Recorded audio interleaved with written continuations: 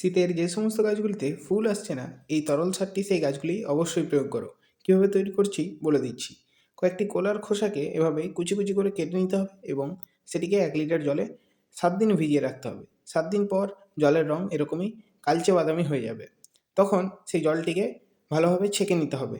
কলার খোসাগুলিকে চাইলে মাটিতে মিশিয়ে দিতে পারেন অথবা ফেলে দিতে পারেন। এবার এই জলটিকে আরও 5 লিটার জলের সাথে ডাইলুট করতে হবে এবং যে গাছগুলিতে কুঁড়ি আসছে না বা ফুল ফুটছে না, সেই সমস্ত গাছগুলিতে ভালোভাবে ড্রেঞ্চিং করাতে হবে।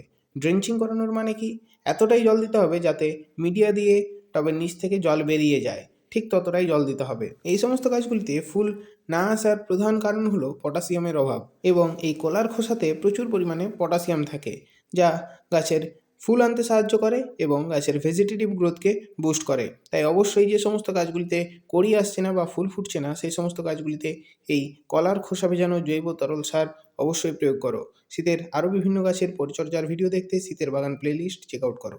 ভিডিওগুলি ভালো লাগলে একটি লাইক করে দিও এবং চ্যানেলে নতুন হলে চ্যানেলটি সাবস্ক্রাইব করে দিও। ধন্যবাদ।